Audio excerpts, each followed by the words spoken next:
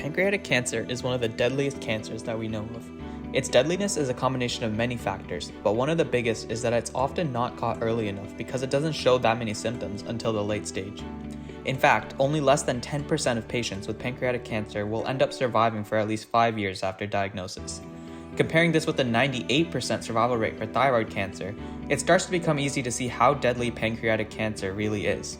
So what can we do to try and improve the lives of these patients and give them a better shot at fighting their cancer? Hello, I'm Divian and I'm really interested in immunotherapies. So this is basically the science where we engineer our own immune cells to fight off things like cancer. So I've been working specifically with natural killer cells, which are a cell found in your body, and genetically engineering them so we can fight certain types of cancer like pancreatic cancer.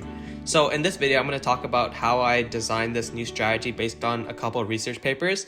And if you want to read the full article, I'll leave it in the description. Thank you. So let's get right into the first research paper. Now this paper starts off with bacterial supernatant. So this bacteria is found in the intestines, and this produces a supernatant, which is basically a substance that we don't know the full composition of, but is produced by these bacteria.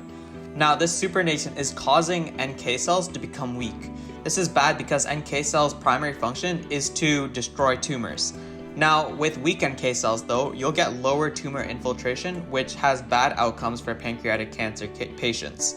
So we need to ask, what is the composition of this bacterial supernatant? We need to find out what the bacterial supernatant is actually composed of, because we can't just stop it from entering the NK cells altogether. That would mean we have to kill all the bacteria, which is not a good solution because these bacteria actually do a lot of good things for our body too.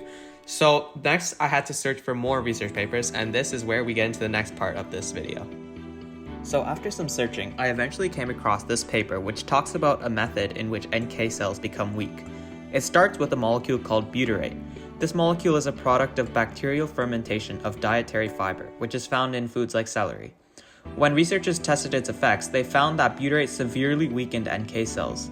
So it looks like we found the molecule responsible, but how do we know that is really the cause for these problems?